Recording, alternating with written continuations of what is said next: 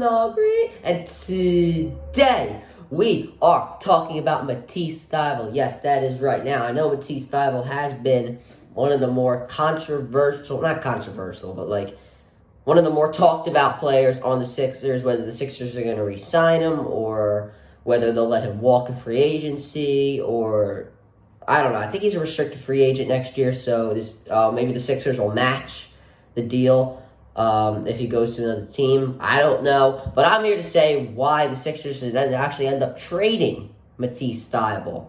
Now, I know there are people that are going to say that we shouldn't trade him. He's a great defensive player, and I understand all those things. But there are reasons why we should trade him. I think it's pretty obvious. His offense is not that great. But we're going to dive deep into why I think we should trade him.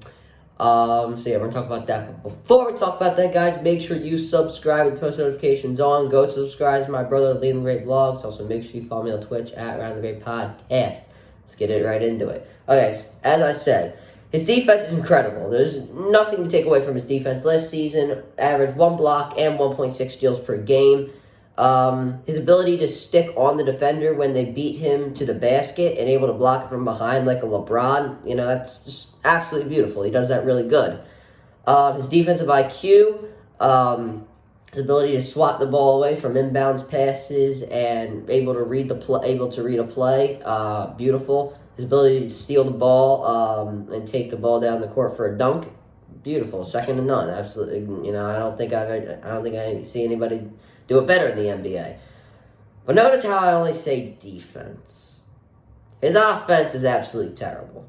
Now, I don't think that that his his offense should be incredible because he's a fifth starter, but he could at least contribute a little bit. This past season, he averaged 5.7 points per game, 2.3 rebounds, and 1.1 assists per game. And this is the kicker. Player efficiency ratings matter.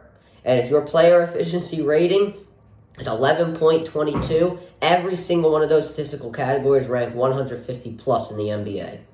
That is absolutely terrible.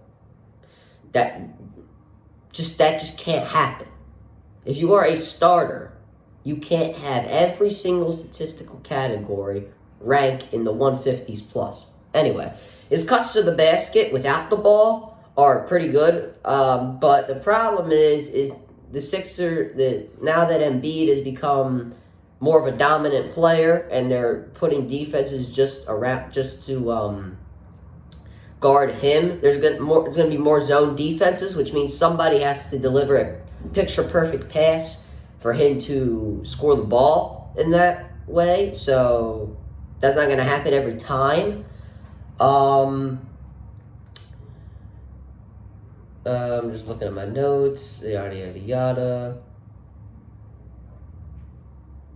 So anything, and on offense, the only other thing that he does is do a catch and shoot. That's about it. Or he dumps the ball off to Embiid, who's already getting double teamed, but he does catch and shoot. People are going to say, well, what if he's efficient? Well, he's not. His three-point percentage last year was 31.3. That's not good at all. His field goal percentage, though, was 50% because he doesn't take any shots that are not three-point shots. I mean, would it kill him to drive to the basket with the ball? I mean, would it kill him to jab step and maybe go shoot a jump shot? Just a thought. Maybe he could do that. So it's essentially a 5-on-4, which is not good because Embiid is already getting double teamed, and we can't have him getting triple teamed. Embiid can't be another Shaq. I mean, of course, I'd want Embiid to be the next Shaq, but you know what I mean. I don't want him to be triple teamed. I know people are going to say, though, defense matters, and we could use somebody like that, but we don't play in the 60s where defense only matters. In this league, there are players that are two-way players that are amazing. I mean, think of guys like Paul George and Kawhi Leonard. Think of Jordan. Those guys were two-way players, and they are, I guess you could, I don't know about Paul George, the Hall of Famer, but they have the potential. I mean, this guy can't shoot. dude, you can't do anything on offense. I mean, I'm not asking him to average 15 points because he's only a fifth option, but you could at least do something with the ball. When he gets the ball, he does nothing with it. He just stands there. It makes no sense. Okay, that's enough about what he does wrong. The two things that are good about him is that one, he has incredible defense. Two, he has a lot of trade value. A lot of general managers in the league seem to value him. It's been said by the media that when Thybulle is included in some sort of trade, the asking price goes down. We were trying to trade for Damian Lillard. Apparently the Blazers wanted Thybulle, and then they would tone down the asking price if he was included in the trade. And also with the Sixers losing draft picks, with the Harden picks and yada, yada, yada. Or I said the Harden picks. The Harden trade. We lost 2 picks there. We don't have a pick next year, and I think 2028 or 2029. Don't quote me on that. And he also gets $2 million annually, so that's good. He's still in his rookie deal, so we can get a first round pick for him.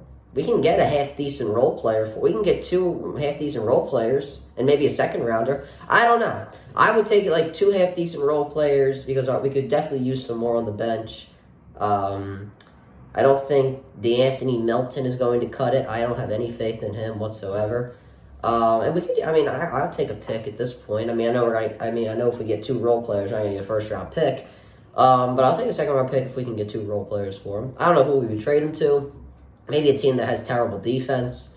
I don't think I'd trade him to the Lakers because what could you get in return? I don't know. A team that might not have good defense. That's who I would probably trade him to. But this is a make or break year for Thybulle. It's either that he does something on offense and continues to play great defense, or he just plays great defense and does nothing on offense, which is not going to help the Sixers win whatsoever. And I think that he can get better on offense. I think he's got the potential. Actually, I don't know what potential I see, to be honest, but I think he can do it. But I've waited 4 years for him to work on his offensive game, and I've kind of had enough. Last year, I was a little more patient. This year, I've lost my patience, and it's time to get rid of him. Because, once again, we can get a lot of trade value, and if we keep him around, it's a 5-on-4, and if he's a starter, that's not going to help. Because when you are in crunch time, you cannot play 5-on-4s, especially if this team is going to be a championship caliber team. Alright, that's going to do it for this video, guys. Make sure you subscribe and post notifications on. Go subscribe to my brother, Ryan the Great Vlogs. And also make sure you follow me on Twitch at Ryan the Great Podcast. And as always, Ryan the Great out. Peace.